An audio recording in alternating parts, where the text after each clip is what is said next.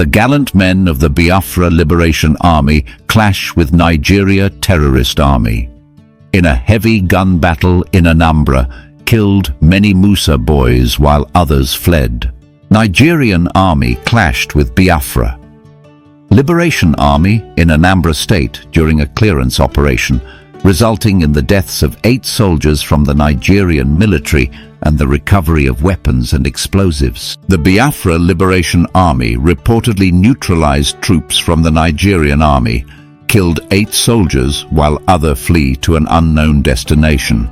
Items recovered include rifles, pump-action guns, IEDs, and mobile phones. Unfortunately, 1 soldier from the Biafra Liberation Army died during the operation due to an IED explosion while attempting to defuse it. In another news update, a heavy gang of kidnappers were neutralized in Enugu State. All kidnapped victims were rescued. The rising criminal activities in the southeast region deter citizens from traveling to their hometowns, affecting festive traditions and general safety. Also, in another news update, a viral video highlighted Nigerian lawmakers' struggles with English, fueling debates on adopting local languages in governance and education for better communication. Some northern leaders proposed using Hausa as the medium of instruction in schools, contrasting with the need for English as a unifying language in Nigeria. Meanwhile, a young entrepreneur publicly appealed for help to pay a 20 million naira tax bill, sparking discussions about taxation fairness and transparency. A video surfaced showing a woman allegedly mistreated by a local task force, reigniting debates about the conduct and purpose of such enforcement groups in Nigerian states. Let me tell you about something that's been happening recently. It's not one of those happy tales we used to share about festivals or good news from home.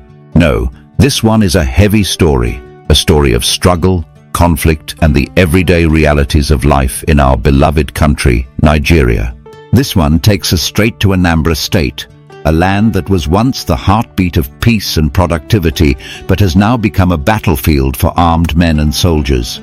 Just a few days ago, in the quiet town of Anambra State, something terrible happened. The Biafra Liberation Army clashed with the Nigerian army in what could only be described as a fierce and fiery battle. It was not an ordinary encounter. The sound of gunfire tore through the air like thunder, and the tension could be felt miles away. Now let me tell you, this wasn't just a random fight. It was a well-coordinated operation on both sides, and the results were devastating. The Biafra Liberation Army, a group fighting for their ideals and dreams of independence, stood their ground fiercely. On the other side, the Nigerian army, tasked with maintaining the unity of the nation, was determined to clear the area of what they described as unknown gunmen.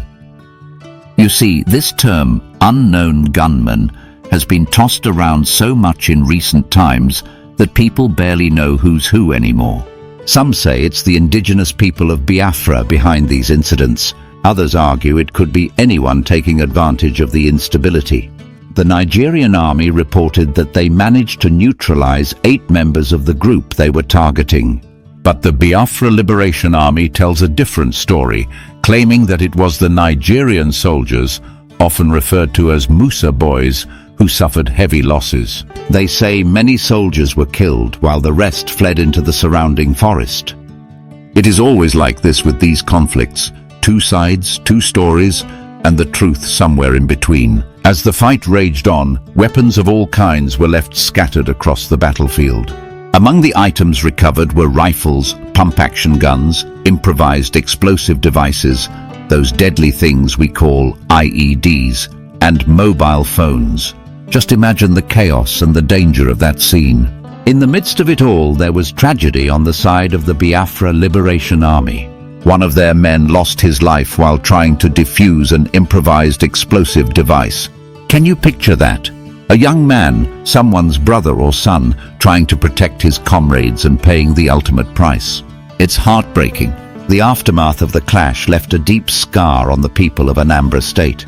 Markets closed early, homes were locked tight, and the streets were eerily quiet as people feared for their lives. It wasn't just the fight itself that shook the town, but the ripple effect of the violence. Families living in the area had to pack up their belongings and move, leaving behind the homes they had built with so much love and hard work. But that's not the end of the story. While the people of Anambra state were dealing with the aftermath of that clash, another drama was unfolding in Enugu state. This one involved a gang of kidnappers who had been terrorizing the region for weeks. You know how it is these days. Everybody is afraid to travel because of the fear of being snatched off the roads. But this time the kidnappers met their match. The Nigerian army received a distress call and moved quickly to rescue the victims. By the grace of God, they succeeded. All the kidnapped people were brought back to safety, and the gang of criminals was neutralized. Imagine the joy of those families who had been waiting anxiously for news of their loved ones. For them, it was nothing short of a miracle. But let me tell you, this rescue operation was not without its own challenges. The kidnappers were armed to the teeth, and the soldiers had to engage them in a tense battle before finally overpowering them. At the end of it all, the criminals were no more, and the people of Enugu state could breathe a little easier, at least for now. These incidents have left many people wondering what has happened to the southeastern part of Nigeria. There was a time when this region was known for its peace and prosperity. During the festive seasons like Christmas and Easter, people would travel back home in droves. The roads would be packed with cars, and the villages would come alive with the sound of music, laughter, and celebration. But now things are different. Many people are too afraid to travel back home. The roads are no longer safe, and the constant threat of violence has left everyone on edge. Some families now celebrate the holidays in cities like Lagos or Port Harcourt, instead of making the long journey back to their villages. It's a sad reality, but it's the world we live in today. Now, let me tell you about something else that has been making waves recently. A video surfaced online showing two Nigerian lawmakers struggling to speak English during a House of Representatives session. I kid you not, these were the people we elected to represent us, and they couldn't even move a simple motion without stumbling over their words. It was embarrassing to watch, but it got people talking about a bigger issue: the role of language in our country. Some people have been arguing that we should adopt local languages for official business. In the northern part of Nigeria, for example, there's a push to make Hausa the language of instruction in schools. The idea is that children will learn better in their mother tongue. But then, what happens to English? It's the one language that unites us as a country, even if we all speak it with different accents. Without it, how do we communicate with one another? The debate is ongoing, and there are no easy answers. But one thing is clear: our obsession with English has created a situation where many people feel ashamed of their native languages. Watching those lawmakers struggle was a stark reminder of how far we still have to go as a nation. And speaking of struggles, let me share the story of a young entrepreneur who recently went viral for all the wrong reasons. This woman, who describes herself as a humble cola nut seller, found herself in hot water with the Federal Inland Revenue Service. They slapped her with a tax bill of 20 million naira. Yes, you heard me right, 20 million. She took to social media to plead her case, saying she was just a small business owner trying to make an honest living. But here's the twist. This same woman once bragged about having 500 million naira in her account. Now, whether that money was real or just a publicity stunt, the tax authorities didn't care. They saw the video and came knocking. Her story has sparked a heated debate about the fairness of our tax system. Some people say she's just looking for sympathy, while others believe she's being unfairly targeted. Whatever the case may be, her situation has brought attention to the challenges faced by young entrepreneurs in Nigeria. Finally, let me tell you about something that made my blood boil. Another video surfaced recently, showing a woman being dragged out of her car by a local task force. They said she had violated some traffic rule, but the way they treated her was completely unacceptable. They used her car to tow her, leaving her humiliated and helpless. These task forces, which are supposed to enforce the law, have become a nightmare for ordinary citizens. Many of them are made up of poorly trained and poorly paid individuals who use their positions to extort and harass people. Watching that video, I couldn't help but feel angry. Is this the kind of country we want to live in? My people, these are the stories of our land, stories of struggle, resilience, and the everyday battles we face as Nigerians. They remind us of the challenges we must overcome and the changes we need to make. But they also remind us of our strength, our courage, and our ability to keep pushing forward, no matter what. These stories may seem isolated, but when you dig deep, you'll realize they are all connected, like threads in a web that shows the larger picture of our country, Nigeria. Let's go back to the issue of insecurity in the southeastern region. You know, many years ago, the southeast was a haven for anyone looking for peace and a place to thrive. People built businesses, raised families, and dreamed big dreams. The idea of something like the Biafra Liberation Army or clashes with the Nigerian army was unimaginable. But now it's become a regular occurrence, and it's tearing the region apart. Anambra State, for example, used to be a land of commerce. People from all over the country would come to Onitsha market to trade goods. If you wanted to find something, no matter how rare, you could bet that someone in Onitsha market was selling it. But today, the market is not what it used to be. Traders are afraid of extortion from criminal groups or harassment from security forces. Some have even packed up their businesses and moved elsewhere. It's heartbreaking to see. And it's not just about the markets. Think about the schools in the southeast. Back in the day, parents took pride in sending their children to schools in towns like Nnewi and Enugu. These were places where education was taken seriously, where the next generation was being prepared for greatness. But now, with the constant clashes and kidnappings, many parents are opting to send their children to schools in other regions. Who can blame them? What parent wouldn't want their child to be safe? Even the roads, which were once busy with travelers and traders, are now risky. The fear of kidnappers and armed robbers has made people think twice before making a journey. I remember a time when we would all pile into a bus and head home for Christmas, singing and laughing along the way. Now those buses are half empty, and the laughter has been replaced with silence and nervous glances out the window. But the southeast is not the only place facing challenges. Let's talk about the issue of governance and leadership in the country. That video of the lawmakers struggling with English still lingers in my mind. It's not just about the embarrassment, it's about what it represents. These are the people who make decisions that affect millions of lives, and yet they can't express themselves clearly. It raises questions about how they got there in the first place. You see, our political system is deeply flawed. Many of these lawmakers are not there because of their qualifications or their vision for the country. They are there because of connections, money, and sometimes even luck. And while they sit in their air-conditioned chambers, struggling to read motions, the rest of us are out here dealing with the real problems of life, problems they are supposed to help solve. This brings me to the young entrepreneur I mentioned earlier. Her plea for help went viral, not just because of her situation, but because it struck a chord with so many people.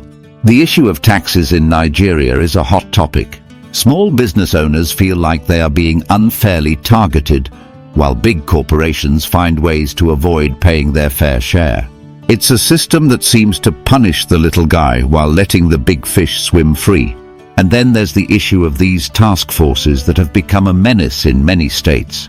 The woman who was dragged out of her car is just one example of the abuse of power we see every day. These task forces were created to maintain order, but they often do the opposite. They harass drivers, extort money, and create chaos. It's as if the people who are supposed to protect us have become the very ones we need protection from. But despite all these challenges, there is hope. You see, Nigerians are some of the most resilient people in the world. We've faced so many obstacles over the years: colonialism, civil war, economic crises, and yet we've always found a way to keep going. And I believe we can overcome these current challenges too. For one, we need to hold our leaders accountable. It's not enough to complain about bad governance. We need to take action. That means voting for the right people, demanding transparency, and speaking out when things go wrong. It also means getting involved at the grassroots level. Change doesn't always have to start at the top. Sometimes it starts with ordinary people coming together to make a difference in their communities. We also need to support one another.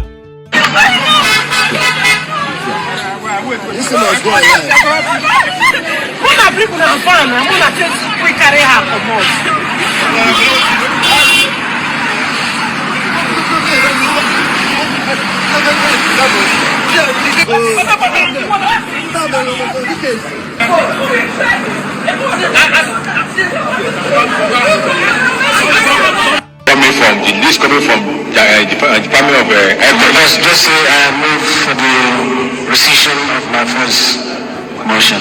Okay, Of my amendment, yes. I rise to move the motion as the decision move as amended. Thank you, Mr. Speaker. I move to rescind the decision, the resolution of the first motion I move. Okay, Mr. Speaker, sorry, sir. I rise and I move to the issue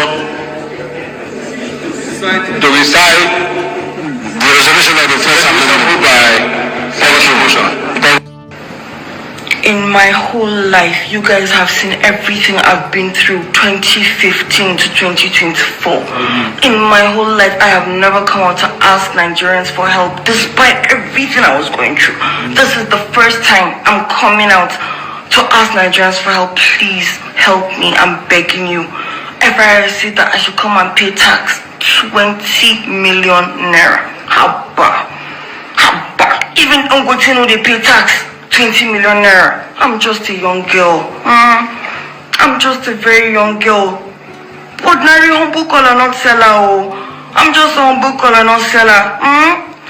That 500 million FIRs you guys are seeing is not dash. It's not someone's money I'm keeping. It's dash. Like I say, it's dash. It's not dash.